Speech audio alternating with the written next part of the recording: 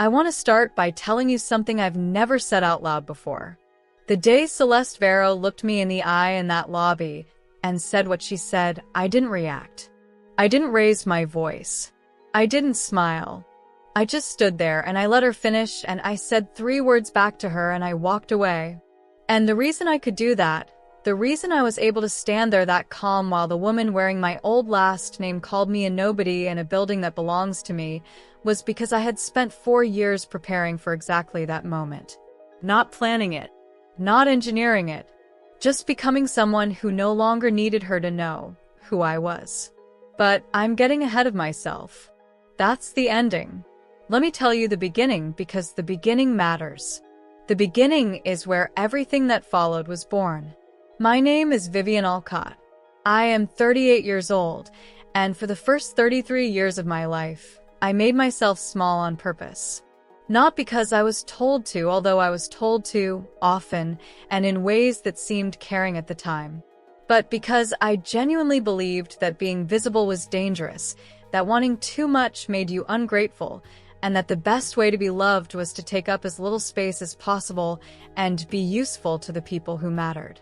I learned this the way most of us learn the things that later destroy us. Slowly. From the people we trusted most.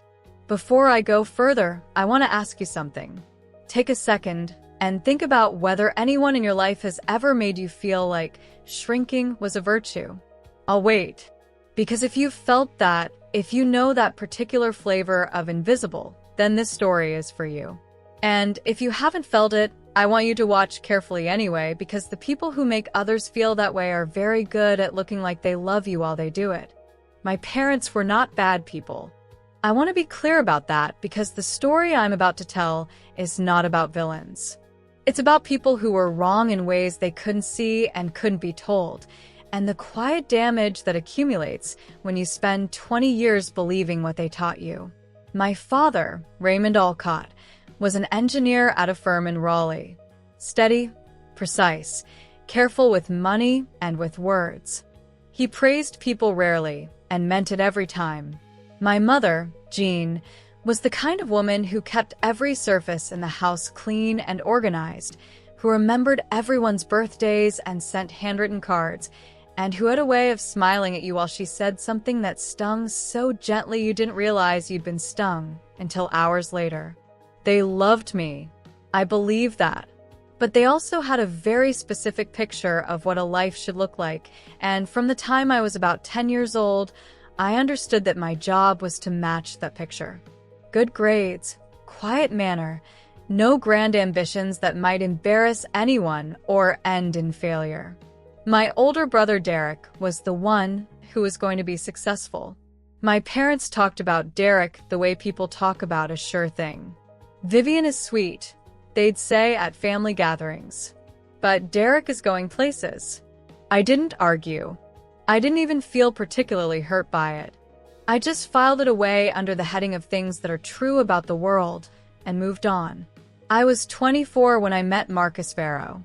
I was working in the marketing department of a mid-sized packaging company, doing the kind of work that never made anyone famous but paid the bills and kept the weekdays full.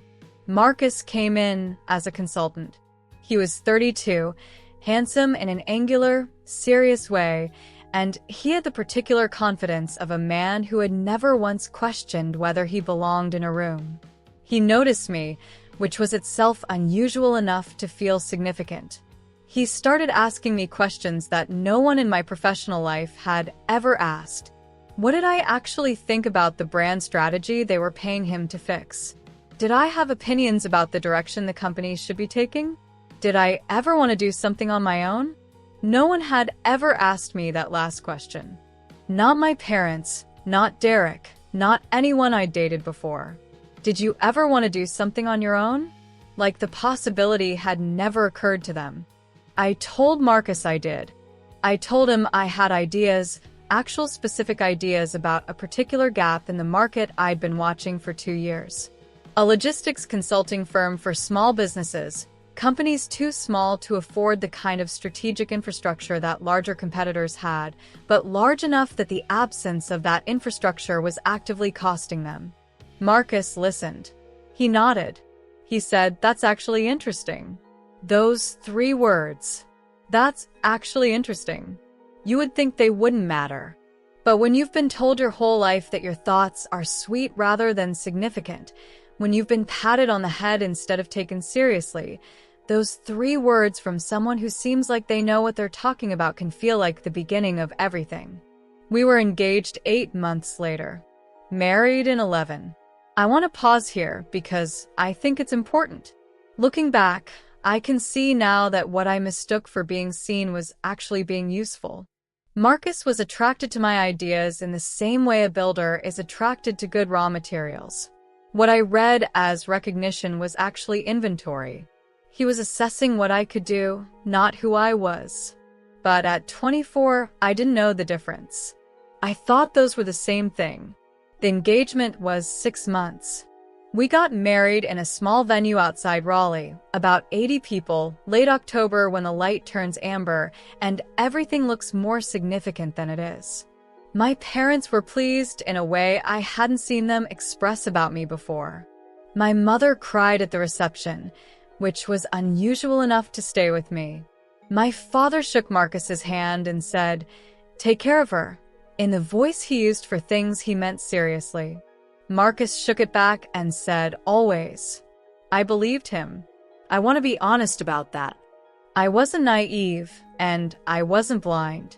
I believed him because he had shown me, in 8 months of consistent attention and real questions, and the particular patience of someone who was genuinely interested, that he was the kind of person who meant what he said. I didn't discover until much later that there are people who mean what they say in the moment they say it, completely, without any deception, and who are capable of meaning something entirely different 6 months or 2 years or 4 years later. That is not lying, technically, but it produces the same damage. We moved to Charlotte after the wedding. Marcus was building his own consulting practice and needed a home base, a city with enough business infrastructure to support the kind of clients he wanted. He specialized in organizational restructuring, which is a phrase that means different things in different contexts. Sometimes it means helping a company become more efficient. Sometimes it means helping the people at the top figure out how to reduce the number of people at the bottom. Marcus was good at both. I got a job at a regional marketing agency. My title was Senior Brand Strategist, which sounded more impressive than the work actually was, but the work wasn't bad. I was good at it technically. I understood how to look at a company's identity from the outside and find the gap between who they said they were and who their customers actually experienced them as. I did this efficiently and without a lot of fanfare and received good performance reviews and no promotions in 3 years. And we settled into a life that looked, from the outside, exactly like the picture my parents had always wanted for me. A townhouse in the Dilworth neighborhood. A joint checking account. Dinner parties on Friday nights with Marcus's clients, where I learned how to ask the questions that made people feel smart without taking up so much conversational space that Marcus felt overshadowed. I became very good at those dinners. I was the kind of wife at a dinner party that other people noticed positively, but couldn't quite describe afterward. Vivian? Yes, she's wonderful. So warm. So smart. What does she do? You know, I'm not quite sure. Something in marketing? I noticed this. The way I slid out of people's memories like water off a surface. But I had been trained my whole life to see this as a form of social grace rather than a problem. You don't need everyone looking at you, my mother had told me many times. Being the center of attention is exhausting and ungraceful. The most powerful people in the room are always the ones you don't notice until later. I stored that away in the same place I stored everything else. Under things that are true about the world. I didn't start the company right away. Marcus had reasons for that, always good, always logical. The timing wasn't right. We needed more capital first. His practice was at a critical juncture, and he needed me focused on supporting that infrastructure, not dividing my attention. There was a big client acquisition in progress, and the next 6 months were sensitive. Could I just hold on through that? Then there was a restructuring of his own staffing model that required his full concentration. Then there was the question of whether my industry contacts were actually strong enough to support a client base. Maybe I should spend another year building the network? I absorbed these reasons the way I'd absorbed everything my whole life. Quietly, efficiently, without argument. And honestly, truthfully, I don't want to rewrite those years as only loss. There was real life in them. There were evenings on the back porch with wine and conversation that was genuinely interesting. There were trips to places I'd never been, a weekend in Montreal, a week in Portugal where I ate the best meal of my life at a small restaurant in Lisbon that didn't have a sign out front. There were moments where Marcus said something that made me feel known in the particular way that only happens between people who have spent years accumulating a shared language. But there was also, threading through all of it, the quiet, persistent erosion of the thing I had decided I was going to build. Every time I raised it, there was a reason to wait. And every time I accepted that reason, it became slightly easier to accept the next one. This is how 4 years passed. What I did in the meantime was learn. I am not someone who talks about intelligence the way it gets performed, the name dropping, the credential flashing. But I want to be honest with you right now because this story only makes sense if you understand what was happening under the surface during the years everyone else thought I was just Marcus Vero's quiet wife. I was studying. Every night after Marcus went to sleep, I was reading. Supply chain management, small business financing, operational strategy. I took 3 online courses in accounting, not because I planned to be an accountant, but because I refused to build something I couldn't read the numbers on. I found a course on contract law designed for entrepreneurs and worked through all 14 modules over a period of 4 months, taking notes by hand because something about writing things down made them settle differently in my mind. I started a network of contacts, quietly over email, through professional organizations Marcus didn't attend. I went to industry events, regional ones, the kind that didn't have the budget to advertise heavily, and so attracted the people who were genuinely interested rather than the people who were there to be seen. I asked questions. I listened. I exchanged cards with people who had built things from scratch, and I followed up with specific, thoughtful emails that referenced what they had actually said, not just a generic nice to meet you. People remember that. When you actually listened. I kept a running document on my laptop that grew from a single page of notes to a 47-page business plan over the course of 2 years. It had a name, a market analysis, a revenue model, a competitive landscape, a 6-month operational plan, and a 5-year vision. It had a client acquisition strategy that I had tested by talking to 15 small business owners over the course of several months about what they actually needed and what they were currently paying for and whether they felt it was working. 11 of the 15 said some version of the same thing. We know something's wrong with our operations, but we can't afford the firms that specialize in fixing it, and the small consultants we can afford don't have the strategic depth to see the whole picture. I wrote that down. I wrote all of it down. Marcus didn't know about the document. I'm not sure why I hid it. Instinct, maybe. Some part of me that had learned, somewhere deep in my childhood, that the things that matter to you most are the things you need to protect from the people who love you. Or maybe I already knew, somewhere I wasn't willing to look yet, that Marcus wouldn't react the way I hoped. There was one evening in year 3 when I came close to telling him. We were sitting on the porch after a dinner party, everyone gone, the dishes still in the sink because we decided to leave them. It was warm for November, and we had the lights off and were just talking, the kind of talking that used to happen more in the beginning. He said, "I've been thinking we should look at investment properties. Put the money we've been saving into something real." And I thought, this is the moment. Tell him the savings have a different purpose. I said, "I've been working on something. A business plan." He looked at me. He had that expression that I knew as listening. The one that looked like attention. Then he said, "What kind of business plan?" And I told him, "Not everything. Not the 47 pages and the 15 interviews and the 18 months of late nights. Just the shape of it. The idea. He was quiet for a long time. Then he said, "Viv, you know what I worry about?"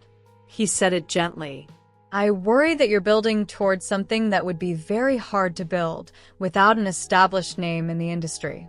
That's the piece people don't think about. The cold start problem." I said, "I've been working on the network for 2 years." He nodded. "I know. You're great at relationships.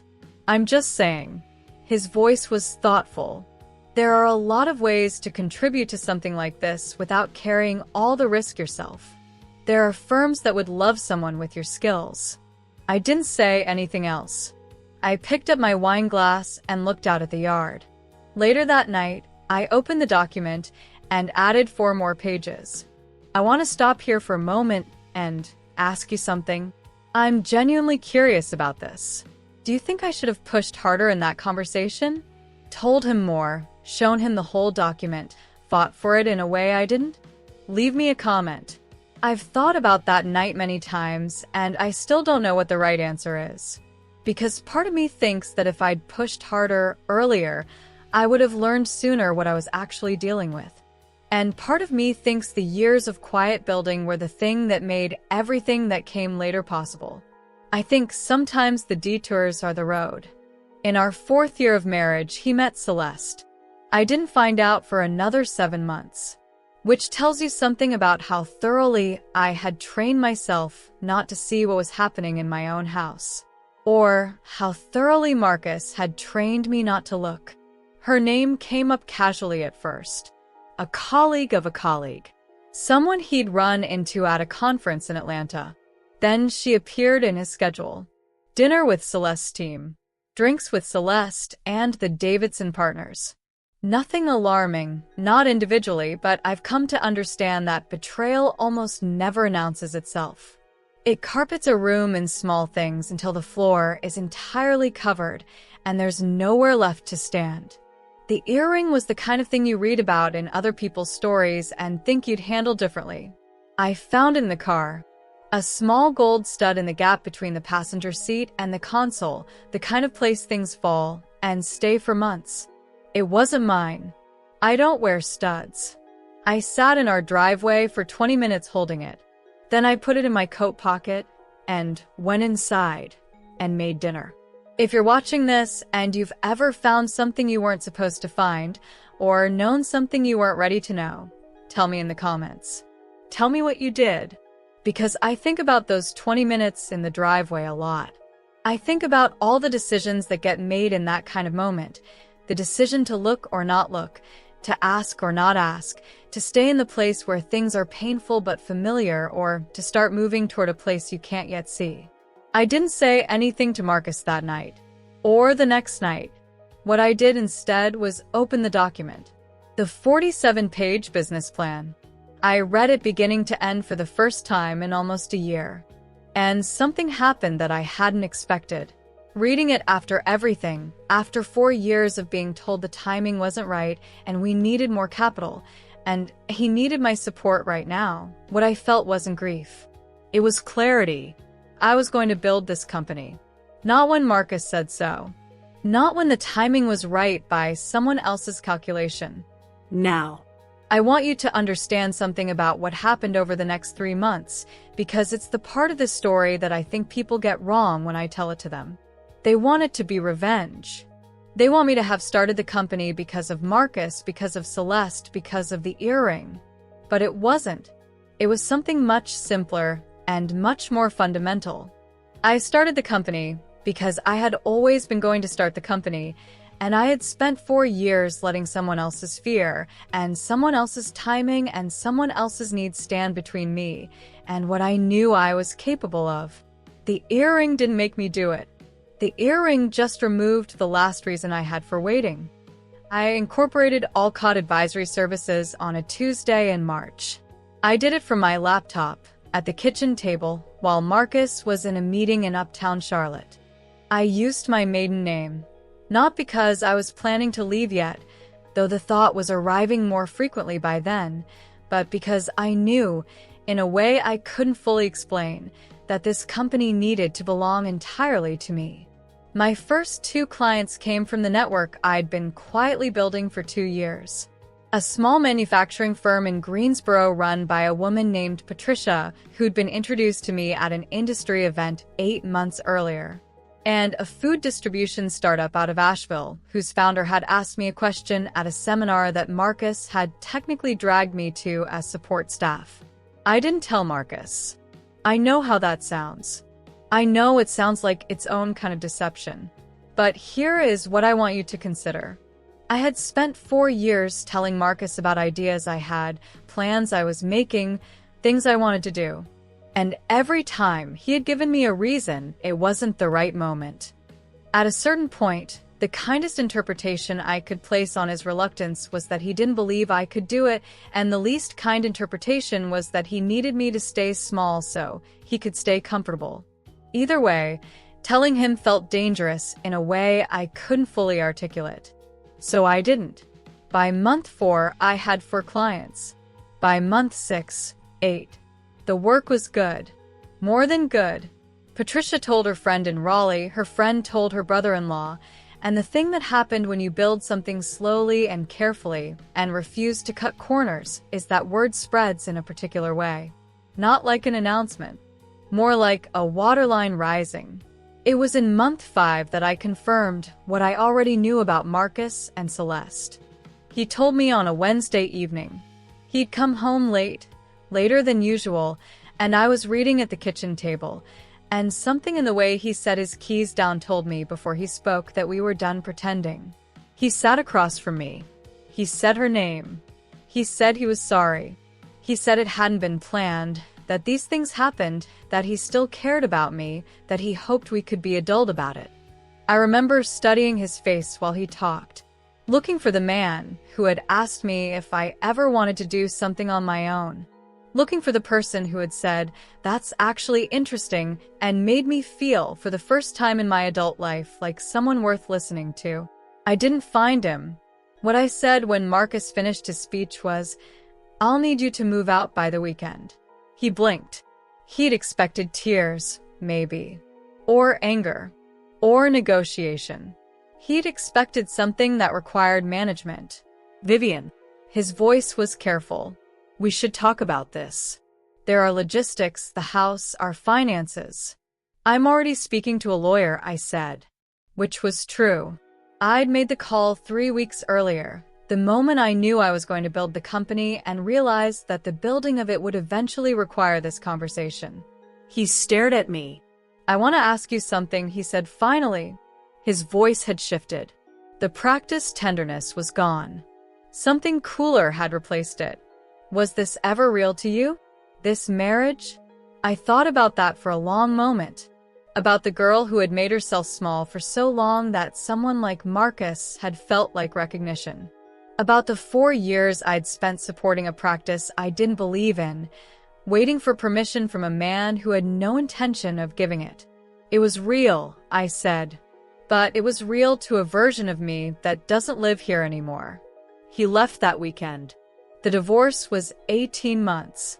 I won't detail every moment of it, not because it wasn't hard, it was, but because this story is not about Marcus. He made his choices, and I made mine, and the machine of the law ground through everything at its own pace. The house sold. The accounts were divided. His lawyer was aggressive and mine was patient, and patience, I have learned, usually wins. But I will tell you this much. There was a mediation session in month 7 where Marcus's lawyer put a document on the table claiming that a portion of Alcott Advisory Services' early revenue represented a return on investments Marcus had made in my career development during our marriage. "The investment in your professional development," the document read, "including conference attendance, networking opportunities facilitated through the defendant's professional network, and indirect income support during the period of company formation." I read that document 3 times. Then I looked at my lawyer. a woman named Sandra Chen who had been practicing family law for 22 years and had the particular settled quality of someone who had seen every version of every argument and found almost none of them surprising. Sandra looked at the document. Then she looked at Marcus's lawyer. Then she said, "Would your client like to specify which conferences he is claiming provided material benefit to Alcott Advisory? Because I have attendance records going back 3 years, and I don't believe Mr. Vera was present at any of them." Marcus's lawyer shuffled some papers. Sandra added, "I also have the business plan in its original dated version, time-stamped to a period 18 months before the first Alcott Advisory client was signed, which predates your client's stated investment period by a significant margin." That was the last time the professional development argument appeared. What I will tell you is that Celeste entered the picture in a formal way about 6 months in. She started attending meetings with Marcus's legal team. She had opinions about the asset division. She had, apparently, a very strong view about what Marcus was entitled to. And I will tell you that in those meetings, she looked at me with a particular expression that I recognized from my childhood, from my mother's dinner parties, from every room I'd ever entered where someone had already decided I didn't matter. It was the expression of someone who had placed a value on me and found it low. She had done her research on Alcott Advisory, I could tell. She knew it was small. She knew I had a handful of clients, that we operated out of a co-working space, that our revenue was real but modest. She had done the arithmetic of the company and decided the arithmetic was not impressive, which was fair, in the narrow sense that the arithmetic of a company in its first 18 months is rarely impressive. What she had not done, and what I had no interest in correcting her on, was look at the trajectory. The rate of change. The particular shape of a thing that is building versus a thing that has already peaked. But I was building. Every day I was building. While the lawyers exchanged documents and Marcus made claims about shared contributions to my earning potential, I was onboarding clients, refining the model, hiring my first 2 employees. A project manager named Danny, who had been laid off from a large consulting firm and was, as she told me in her interview, deeply tired of working for people who didn't know what they were doing. And an analyst named Kwame, who had more raw intelligence in his approach to operational data than anyone I'd ever worked with, including anyone at Marcus's firm.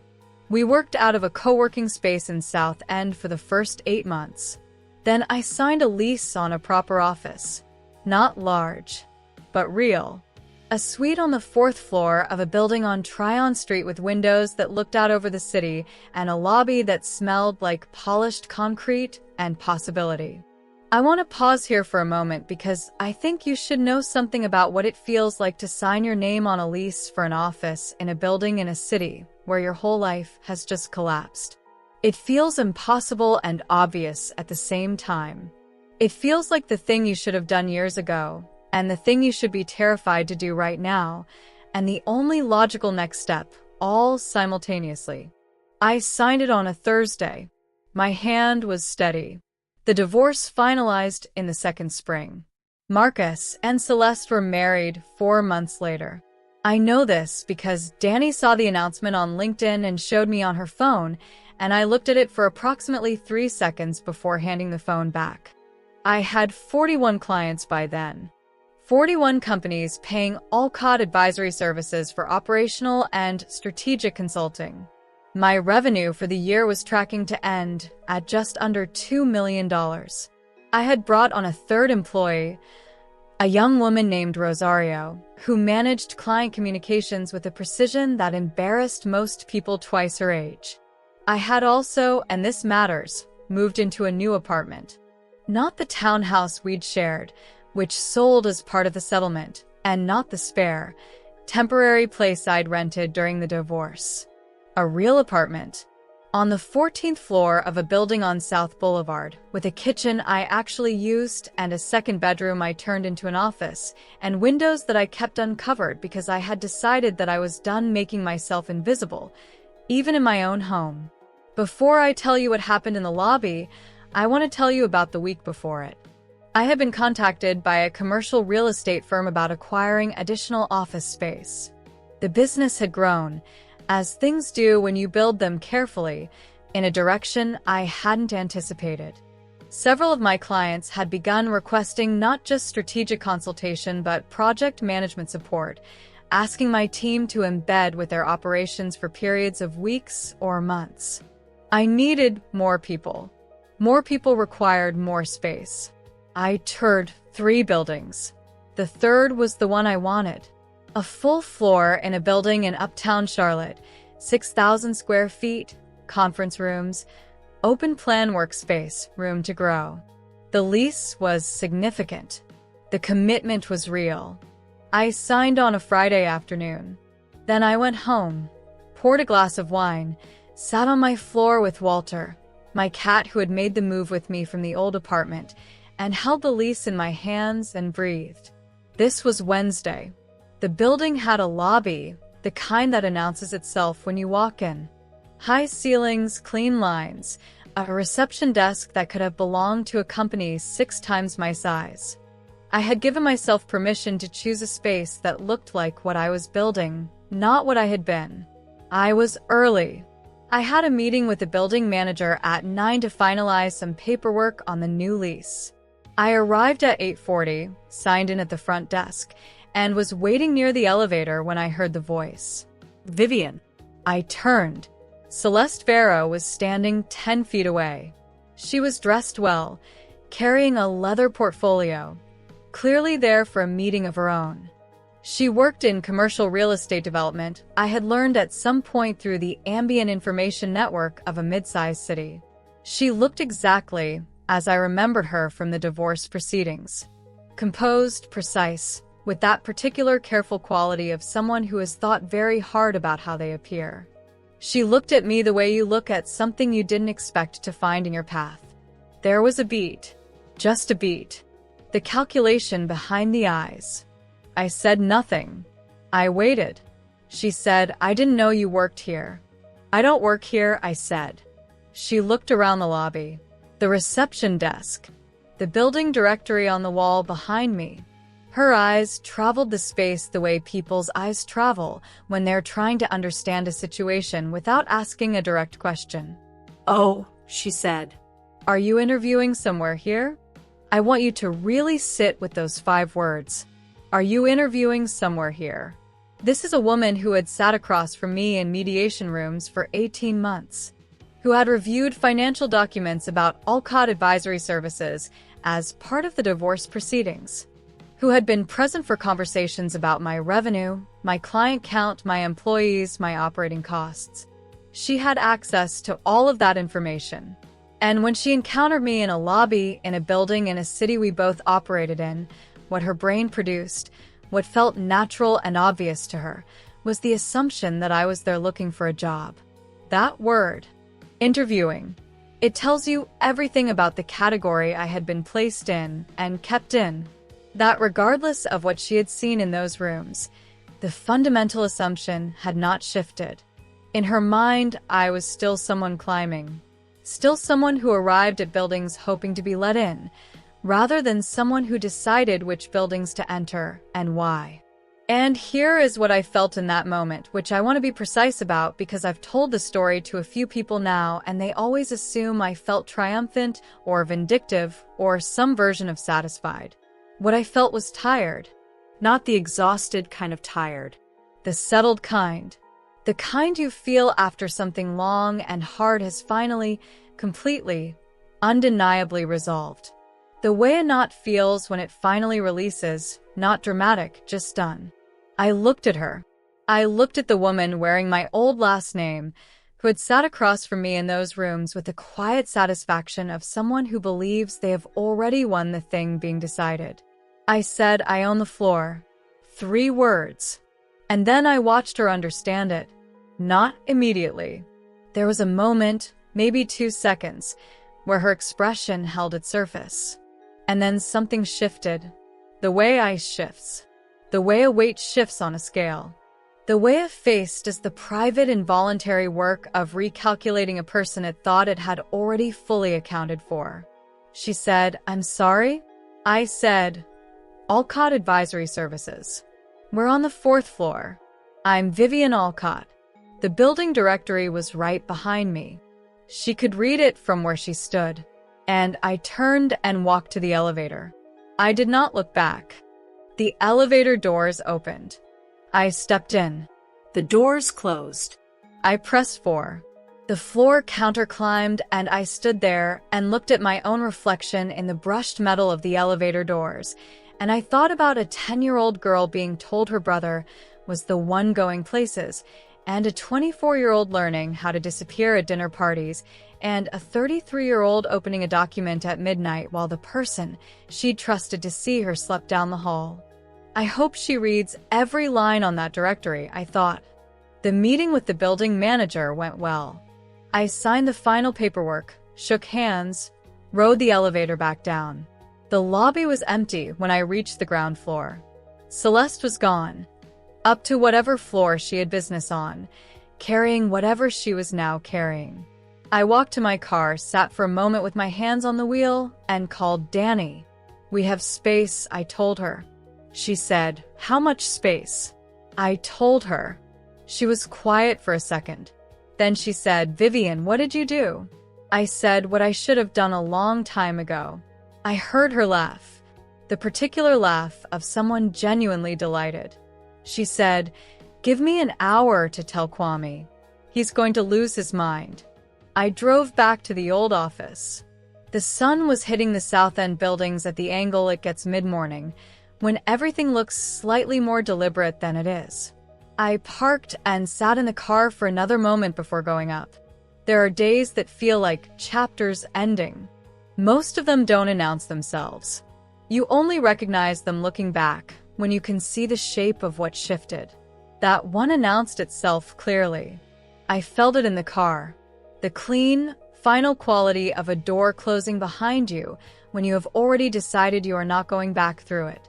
I want to tell you about what happened in the months after that, not because it's dramatic, because most of it isn't, but because I think the part of a story that happens after the big moment is usually the most honest part. It's where you find out what things were actually made of. Alcott Advisory continued to grow. 60 clients by the end of that year. A 4th employee, then a 5th. A contract with a regional hospital system that required us to build out a specialty team. Danny was promoted to Director of Operations, a title she immediately printed on new business cards before I had officially announced it. Kwame started presenting at industry conferences.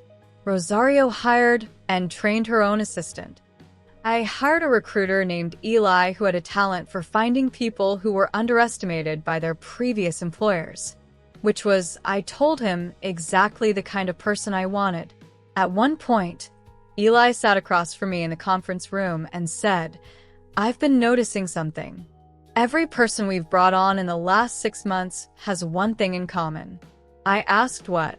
He said, they all got passed over somewhere they shouldn't have.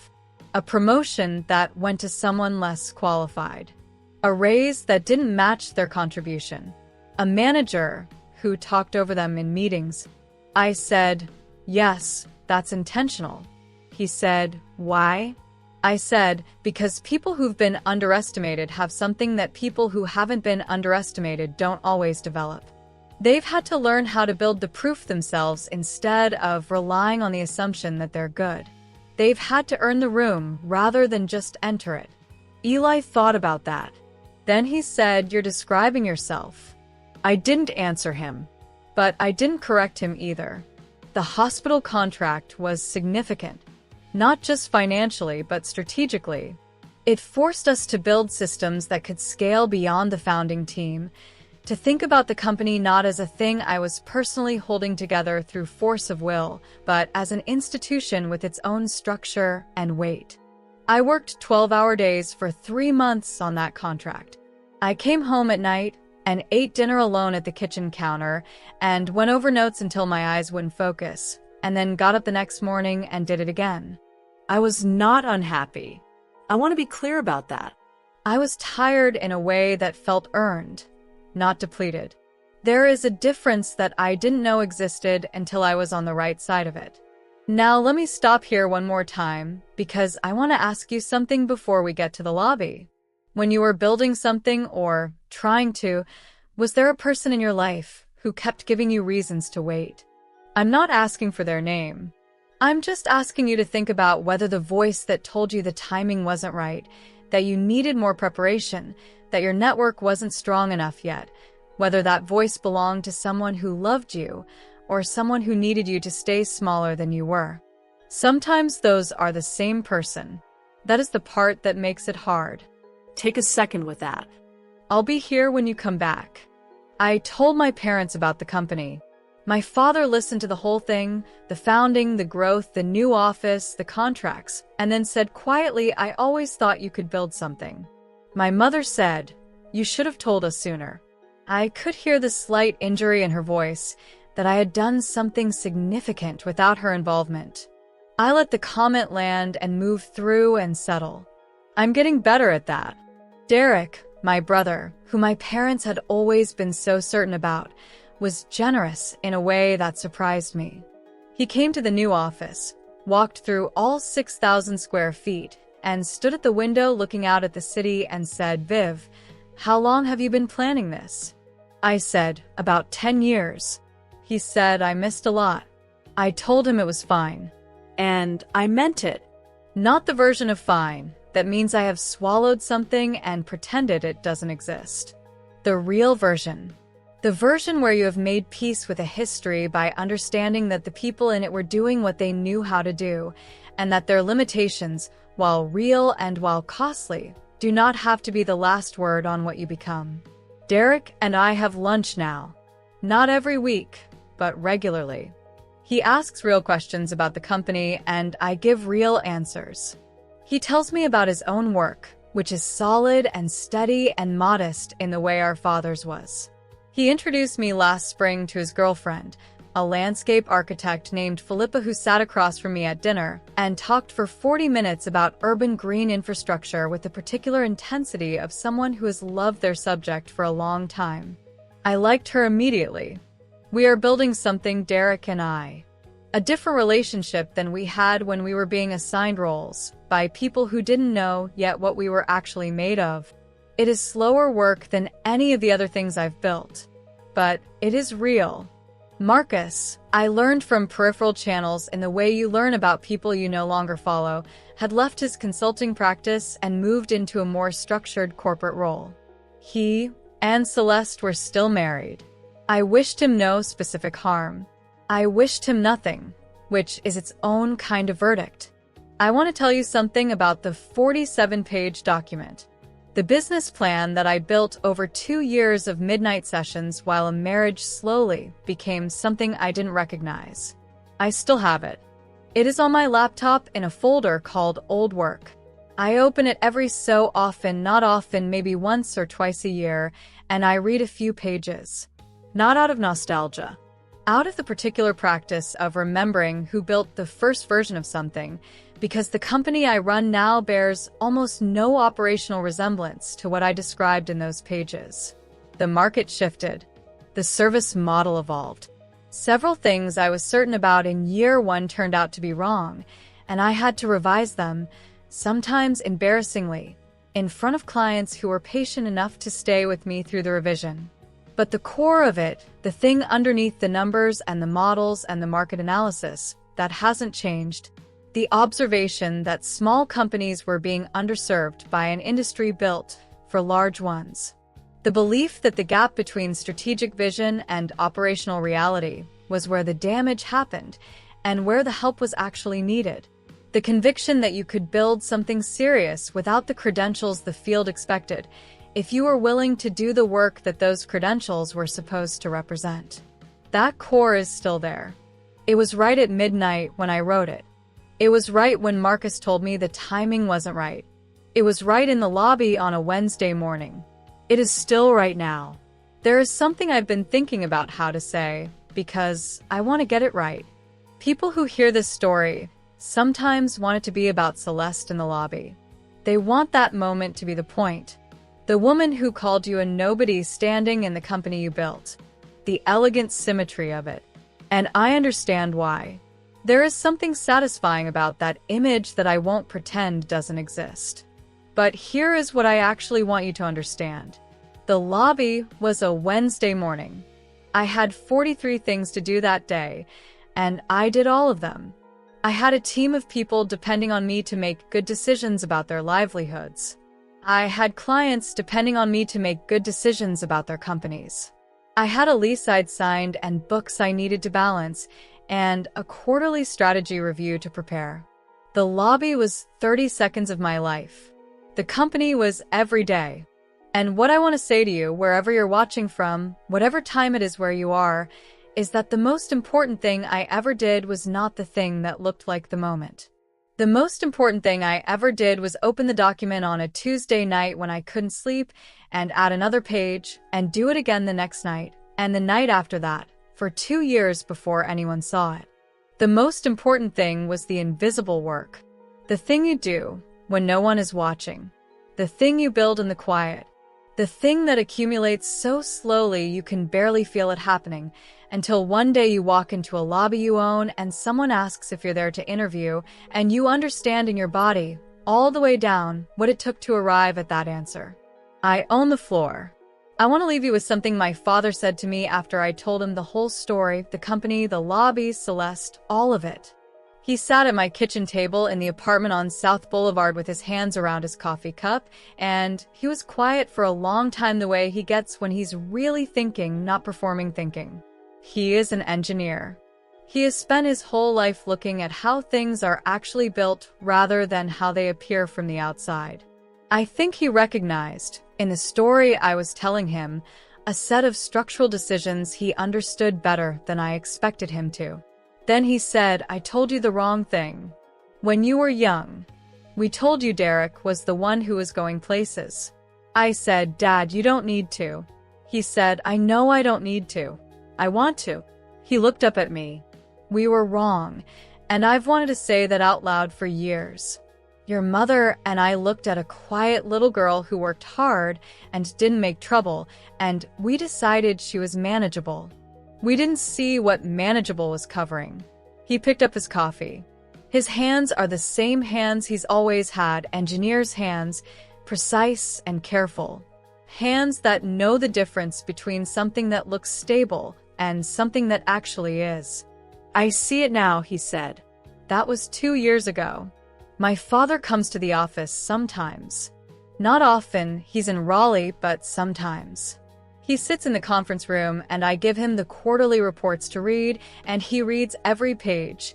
And afterward, he always asks me one specific question about the numbers, something he's noticed.